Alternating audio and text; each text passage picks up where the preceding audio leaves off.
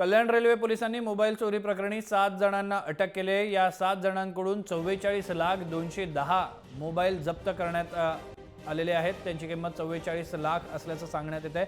भिवंडीतल्या नारपोली इथे खासगी मोबाईल कंपनीच्या गोडाऊनमधून लाखोंचे मोबाईल चोरीला गेल्याची घटना घडलेली होती। यात 6 आरोपींना अटक झाली होती। कल्याण पोलिसांना संजय राठोड साध्या दिसणाऱ्या मुलाकडे महागडा मोबाईल दिसला।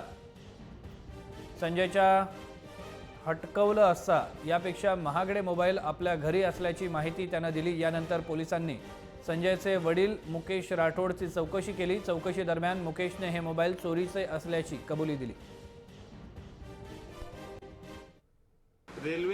कल्याण रेल्वे पोलिसांना एक मुलगा मिळून आला, लहान मुलगा, ज्याच्याकडे ओप्पो कंपनीचा चांगला ब्रँडेड मोबाईल होता। तिथल्या पोलिसाला त्यांचा संशय आला की एवढा लहान मुलगा, गरीब मुलगाकडे कसा मोबाईल याचा चांगला आहे। तर त्यांनी त्याचा विचारपूस करता त्याच्याकडून माहिती काढली की त्याच्या वडिलांकडे ओप्पो कंपनीचे असे खूप मोठ्या प्रमाणात मोबाईल आहे।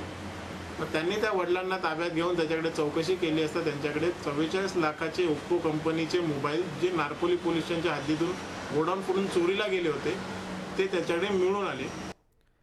बातमीपत्रात वेळ झाली इथेच थांबण्याची। तुम्ही पाहत राहा जय महाराष्ट्र, थेट अचूक बिनधास्त।